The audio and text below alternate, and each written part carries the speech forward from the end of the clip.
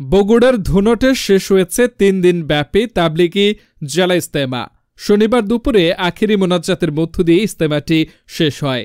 এর আগে বৃহস্পতিবার আমবয়ানের মধ্য দিয়ে উপজেলার কালেরপাড়া ইউনিয়নের সরুগ্রাম উচ্চ বিদ্যালয়ের সামনে বিশাল মাঠে ৪৬তম এই ইজতেমার আনুষ্ঠানিকতা শুরু হয়। প্রতিবারের ন্যায় এবারও ইজতেমায় বিদেশি তাবলিগের সাথীসহ দেশের বিভিন্ন জেলার ধর্মপ্রাণ মুসলমানগণ অংশগ্রহণ করে। প্রায় ১৫ মিনিটে দেশ ও জাতির কল্যাণে মোনাজাত করেন ঢাকাস্থ কাকরাইলের মেহমান মাওলানা শামসুদ্দিন সাহেব। এর আগে আরবীয় মেহমানের আলোচনার বাংলা তর্জমা পেশ করেন মাওলানা আব্দুল হাই সাহেব।